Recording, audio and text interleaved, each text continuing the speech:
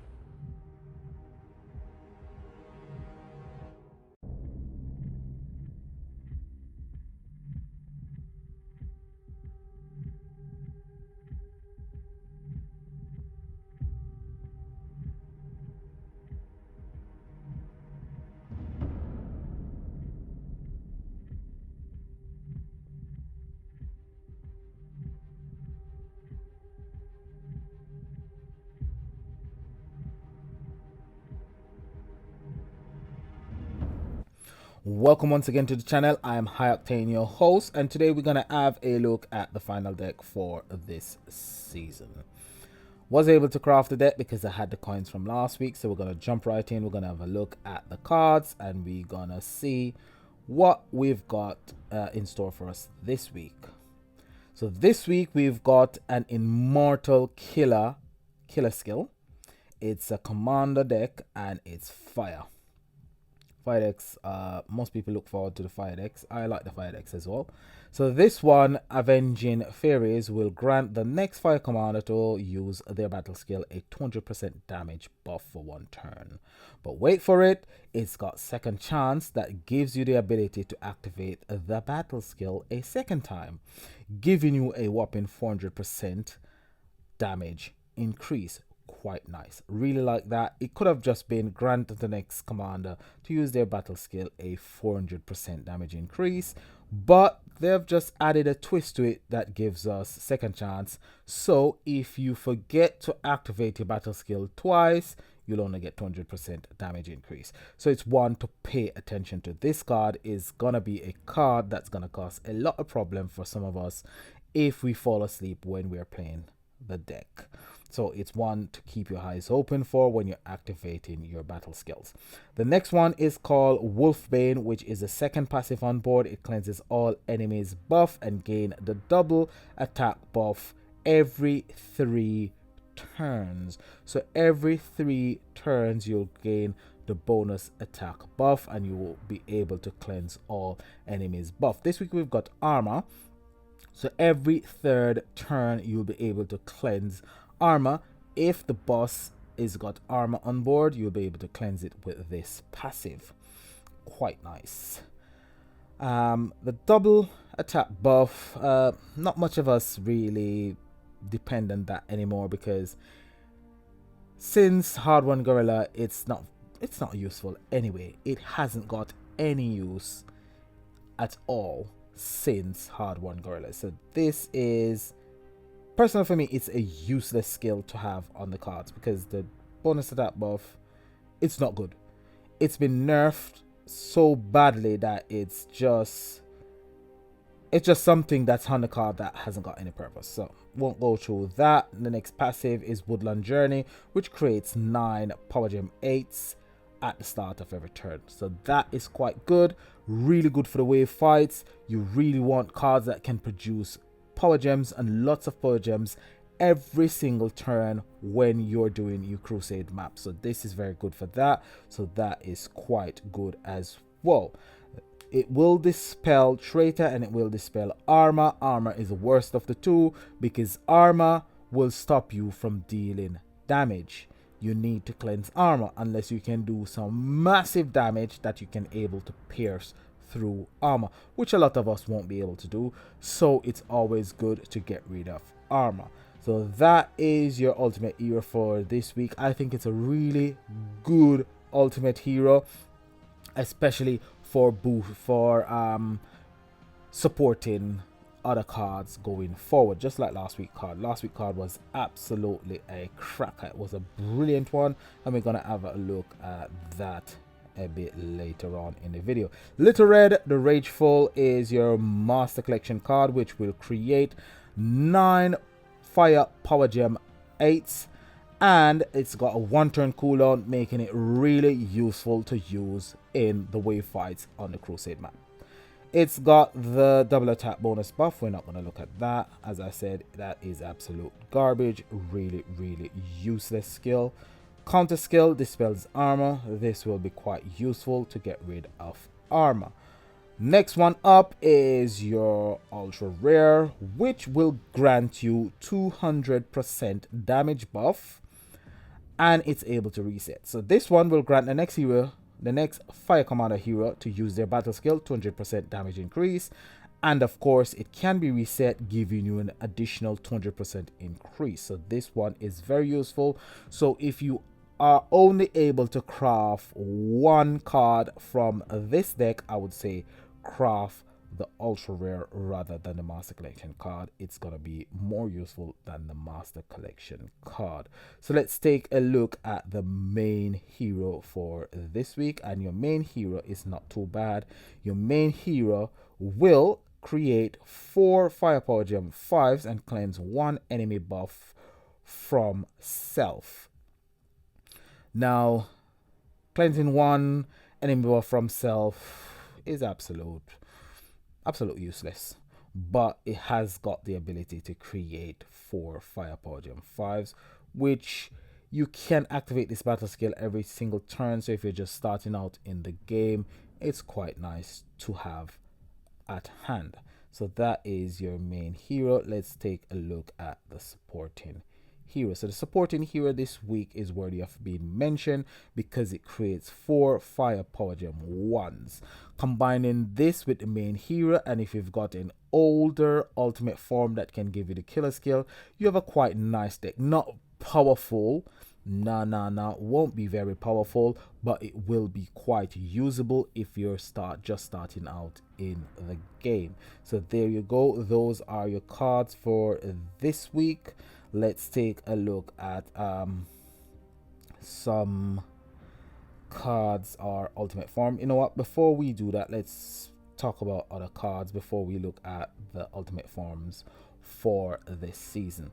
So to the killer skill, the oldest of all the cards that gives you this killer skill is Torn Tech Matriarchs. This was a ultimate form that came out Easter 2019, so it is the deck for 2019, and it was quite nice at the time. Not really powerful, but quite nice at the time.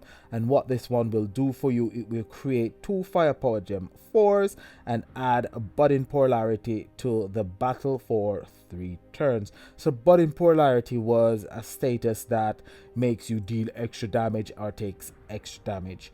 This one also gave you a 20% attack increase, and it gave you an ultimate gem, which is quite useless. Next one up was Perceptive Guru. Now Perceptive Guru is not too bad because it does give you an attack increase. What this one will do, it will create 4 fire power gem 3s plus 1 more per 100 immortal killer intensity. It received a triple attack buff, which is quite useless. Won't go through that. It's got a 3-turn cooldown, and it's got Fateful Grasp. So Fateful Grasp, when attacked by an enemy, increases Immortal Killer's attack by 1200% and gain 15% damage reduction. So that can be quite useful. That passive has just got a 1-turn cooldown, meaning it can be, as long as you get hit, it will be available. So that one is quite nice. Can be something that you can add to your deck as well. A lot of people would be looking to High Performance Unit Area, but High Performance Unit Area is a dark card, while this one is a fire card, and it will give you the killer skill as well. So if you've got this one as an older ultimate form, just starting out in the game and you manage to get this one is quite nice to use. Next one is Steel Force. Steel Force will unleash a copy of this hero's strongest attack this battle, targeting one enemy, and it will heal for 4000% of your recovery. If you can get this card to do, say, 40 quadrillion, 20 quadrillion, it will deal that every single turn. Unless you do a bigger damage, then it will take that one and it will deal that one every single turn. Really nice card. I didn't get it during the event. I only got it last year sometime, but I did manage to get I think it was the ultra rare I got, and eventually I got the master collection card, which this one is quite nice. It's really good for GVG as well. So this one, it will create an additional 5 firepower gem whenever this hero attacks. So this one can be used as well for the wave fights. However, it only targets one enemy. So when you've got if you haven't got a mini boss and you've got the 4 boss waves, it will only kill one of those ones. So it works okay for the wave fights, but not really brilliant. And of course, you've got the current ultimate form. So let's take a look at a few cards that you can use within the event. So Metaverse Master is a staple of all decks. Then you've got High Performance Unit Area, which boosts the battle skill, the attack output of all Immortal Killer. So that will be something that you might try to add to your deck this week as well. Main damage dealer Heretic Hunters will be one of the cards, which will be the card that a lot of people will be running as their main damage dealer. I've got the 2 pink star, it's woken 5 times. Octane New God will give you a damage increase of 80%. It does give you Last Stand and Revive, which is quite nice as well. That comes in handy during GVG. You've got Exalted Champion, which is a nice card. I really like this card. It gives you a 100% damage increase to all fire commanders, and it does create power gems over 3 turns. Other cards that you can use, you've got Brothers in Arms, you've got Prodigal's Exile, you've got Immolating Fae, and you've got this one, which it builds up and then it creates 25 power gems. No, sorry, I think I've got the wrong one. This one creates 12 power gem 7s. When ambushing, it creates 35 power gem.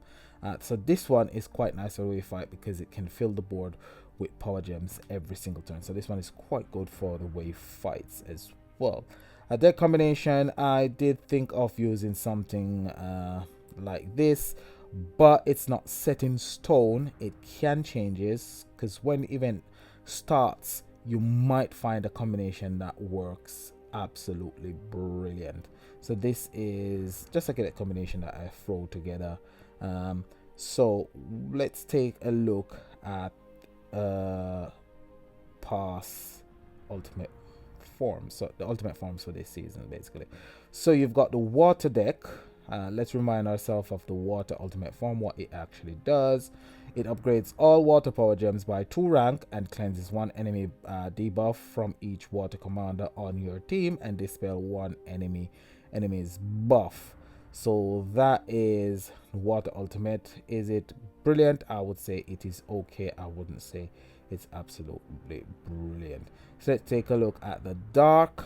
So the dark is, this one will create 7 dark power gem 8 now and at the start of the next turn, and increase dark slayer's damage by 150% for 1 turn. When ambushing, reduces damage taken. So this one, I wouldn't say it's absolutely brilliant. Next one up is the Earth, which I was a bit disappointed in.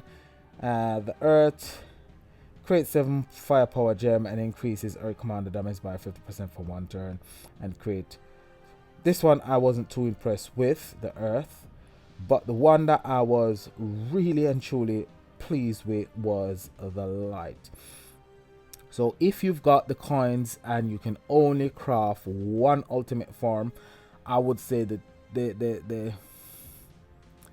it's a choice between the light and the fire.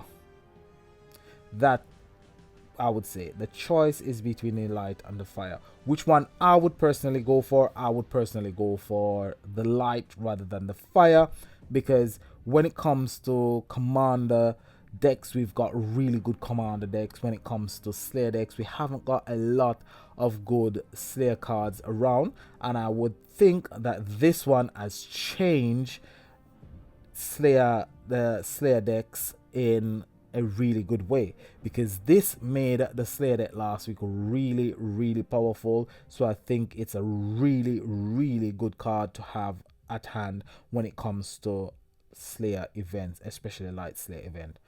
Now when it comes to the fire deck, it's really good, really useful, and will help you out a lot in commander events, especially if you've got heretic hunters. This one will work really well with heretic hunter, because the heretic hunter does give itself a self boost, so it is really good. So it's a toss up between these two ultimate forms, which I think both are really brilliant. However, as I said, it's a personal choice. Look at what you've got in your deck, look at what you need, and if you can only craft one, look at your light Slayer cards, and especially if you've got bewitching conjurers, this goes quite well with bewitching conjurers, so you would want to craft this one. If you've got heretic hunters will deal really decent damage. This one will help it to do far more damage. However, you can rely on heretic hunter, and I would say go for the light. So number one for me would be the light ultimate, for the simple reason that combining this card with bewitching conjurers changes the entire sphere of Slayer decks. When it comes second up, and it's a very close second, would be the fire ultimate form. I would say the next 3 would be they would tie for third place, and that's what I think of this this season's deck. 2 brilliant decks, and then you've got 3 which aren't really worthy of mentioning. So tomorrow we'll do possible deck combination, and we'll see the deck in action, play around with the cards, and if I've got a really powerful deck, then I'll be showcasing that as well. So until tomorrow, we'll do possible deck combination. This is Octane saying like, subscribe. You can leave a comment, you can ask a question, you can find me on Facebook, Instagram, or network app at Octane Gaming. Until then, this is Octane saying peace and bye for now.